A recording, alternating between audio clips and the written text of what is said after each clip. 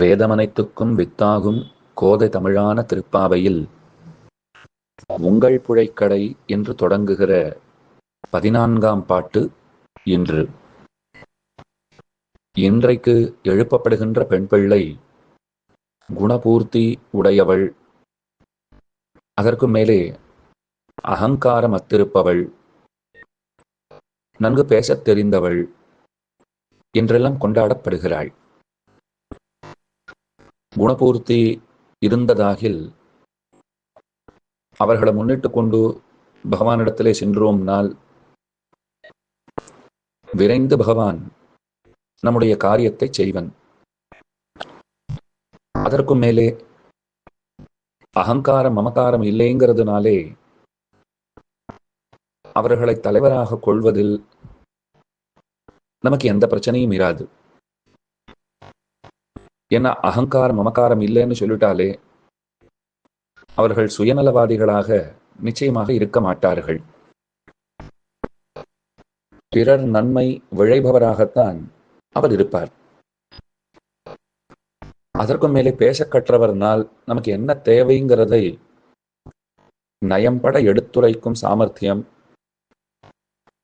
அந்த கலை கைவரப்பெற்றவராக இருக்கிறார்னால் அவரே சாலச் சிறந்தவர். அப்படிப்பட்ட ஒரு பெண் பிள்ளையே இன்றைக்கு உணர்த்தப்படுகின்றாள். இப்ப ரொம்ப வசத்தியா அந்த பெண்ணை பத்தி என்னென்ன சொல்லியிருக்காங்கிறத பார்த்து விட்டோம்.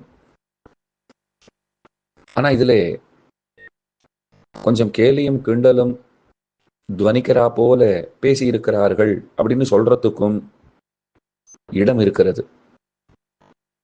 உன்னோட குணபூர்த்தி வேற யாருக்கும் வராதுமா அப்படின்னு சொன்னால் அப்ப அர்த்தம் வேறு மாதிரியாக துவனிக்கிறது. எப்படி இருக்கீங்கோ, உடம்பு எப்படி இருக்கு அப்படின்னு கேட்டா அது ஒரு ரகம்.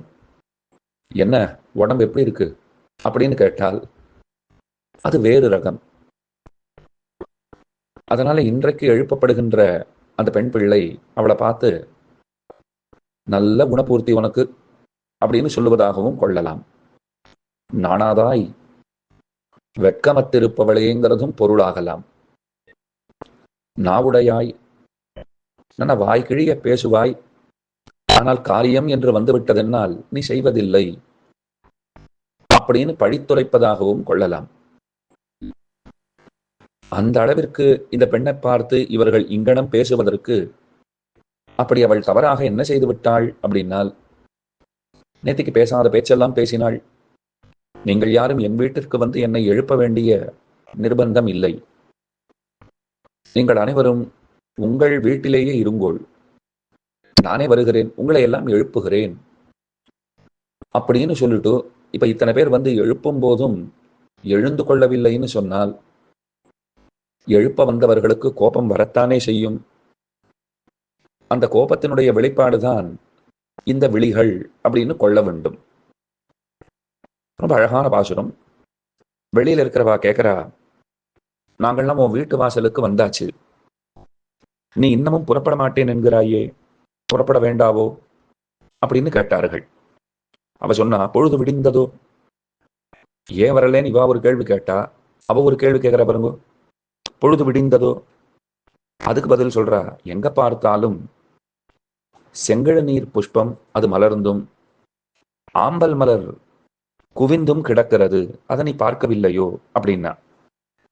அவ அழகா பதில் சொன்னா, நீங்கள்லாம் என் வீட்டுக்கு வந்திருக்கீங்கோ, என் வீட்டுக்கு வந்தாச்சுங்கிற ஆனந்தம் உங்களுக்கு, அதனாலே உங்களுடைய அகன்ற விரிந்த கண்கள், அந்த கண்கள் நன்னா மலர் மலர்ந்தா போல இருக்கு அப்படின்னா இப்ப என்ன அர்த்தம்? செங்கழ நீர் புஷ்பம் இன்னமும் அது அலரவில்லை, மலரவில்லை. உங்கள் கண்கள் அலர்ந்திருக்கின்றன, அதை பார்த்துட்டு நீங்கள் செங்கழ நீர் புஷ்பம் அலர்ந்ததாக நினைத்தீர்கள். இன்னொன்னு, ரொம்ப நாளையா என் வீட்டு வாசல் நிக்கிறீங்கோ, நான் பதிலே பேசாமல் இருந்திருக்கிறேன், நீங்கள் ரொம்ப நாளையா கூட்டு இருக்கீங்கோ போல் இருக்கு, நான் பதிலே சொல்லல, அதனாலே வந்த கோபத்தாலே ரொம்ப நாள் உங்கள் வாய்கள் எல்லாம் மூடி இருந்தன, அதை பார்த்துட்டு நீங்கள் ஆம்பல் குவிந்ததாக நினைத்து விட்டீர்கள் அப்படின்னு சொன்னாள். வெளியில இருக்கிறவா சொல்றா, இல்ல இல்லம்மா, நாங்க அதையெல்லாம் சொல்லலை, எங்கள் கண்கள் அலர்ந்ததை பற்றியோ அல்லது வாய்கள் மூடி இருந்ததை பற்றியோ அதை குறித்து செங்கழ் நீர் வாய் நெகிழ்ந்து ஆம்பல் வாய் மூடிக்கொண்டனன்னு நாங்கள் பேசவே இல்லை. வயலில் உள்ள மலர்கள், அந்த மலர்களை போய் பார்த்தோம். அந்த மலர்களிலே செங்கழ் நீர் பூக்களாக இருப்பவை மலர்ந்தும் ஆம்பல் மலர்களாக இருப்பவை குவிந்தும் காணப்படுகின்றன. இது நாங்க வயல்ல பார்த்த காட்சி அப்படின்னு சொன்னார்கள். உடனே அவ சொல்றா, அப்படின்னா என்ன தெரியுமா பண்ணிருக்கீங்க நீங்க? இந்த பாதி ராத்திரி வேலையில வயலெல்லாம் சுத்தி சுத்தி வந்திருக்கீங்கோ. வயலெல்லாம் சுத்தி சுத்தி வந்து அலறுவன அலர்த்தி குவிவன குவிக்கை என்றோ, இரவெல்லாம் உங்களுக்கு வேலை அப்படின்னு சொல்லிட்டா. உடனே இவா சொல்றா, ஐயோ, எங்களால இறங்கி அலர்த்தவும் குவிக்கவும் முடியாதபடி ஆழ்ந்து அகன்றிருக்கும் தோட்டக்குளம், அந்த தோட்டக்குளத்திலே உள்ளவையும் அங்கிருக்கிற மலர்களும் மலர்ந்தும் குவிந்தும் இருக்கின்றன என்று பதிலுரைத்தார்கள். உடனே அவள் சொன்னாள், உங்கள் கண்களும் வாய்களும் பிரதிபலிக்கின்றன, அவ்வளவுதான், உண்மையான மலர்கள் கிடையாது. அதனால இதை ஒரு சிறந்த காரணமாக நான் எங்கனம் கொள்ளுவேன் அப்படின்னு சொன்னாள். அதற்கு வெளியில இருக்கிறவா சொல்றா, சரி, நாங்கள் வெளியில் கண்ட காட்சிகளை எல்லாம் விட்டுவிடு. எங்களால நுழைய முடியாததான உங்கள் புழைக்கடை தோட்டத்து வாவியுள் செங்கழ் நீர் வாய் நெகிழ்ந்து ஆம்பல் வாய் கூம்பின காண். நீ சொல்றா போல வயல்கள்ல போய் பார்த்தோம். அங்க சில மலர்கள் அலர்ந்திருந்தன, சில மலர்கள் குவிந்திருந்தன. இது பொழுது விடுந்தமைக்கு அடையாளம்னு சொன்னோம். நீ ஒப்புக்கொள்ளவில்லை. நீ என்ன சொல்லிட்ட? நீங்களாகவே போய் அலறத் தொடங்கி இருக்கிற, இப்பதான் ஆரம்பிச்சிருக்கு, அதை முழுசா நல்லா அலர்த்தி விட்டீர்கள். இப்பதான் குவிய தொடங்கி இருக்கிறது ஆம்பல் மலர்கள், அதை முழுவதுமாக நீங்கள் குவிச்சு விட்டுட்டீர்கள் அப்படின்னு எல்லாம் சொல்லிட்ட. சரி, நீ சொல்றபடியே வருகிறோம், உன் வழிக்கே வருகிறோம். உன்னுடைய புழைக்கடை தோட்டத்து வாவின்னு ஒண்ணு உண்டோ இல்லையோ, தடாகம் அங்கே இருக்கிறது. நாங்க நிச்சயமா அங்க வந்து பார்க்க முடியாது, இன்னும் உள்ளே நுழையலை. வேணும்னா நீ அங்க கூட போய் பார். அந்த மலர்கள் நாங்கள் வெளியிலே எங்கனம் கண்டோமோ அப்படியே தான் இருக்கும். நீ அதை கொண்டு நிச்சயமாக பொழுது விடிந்ததாக உணரலாம் அப்படின்னதற்கு அவள் மறுவார்த்தை பேசாமல் இருந்து விட்டாள். அதுக்கு மேல சொல்றா, செங்கல் பொடிக்கூரை வெண்பல் தவத்தவர் தங்கள் திருக்கோயில் சங்கிடுவான் போகுன்னார். கைங்கரியபரர்கள், ஆசாயதாரிகளான சந்நியாசிகள், ஸ்ரீ வைஷ்ணவ யதிகள் அப்படின்னு வைத்துக் கொள்ளுங்கள். ஸ்ரீ வைஷ்ணவ யதிகள் அவ கைங்கரியம் பண்றதுக்கு திருக்கோயிலுடைய சாவிக்கொத்தை எடுத்துக்கொண்டு பகவானை பள்ளி உணர்த்துவதற்காக புறப்பட்டார்கள். இது பொழுது விடிந்தமைக்கு அடையாளமாயிட்டேன்.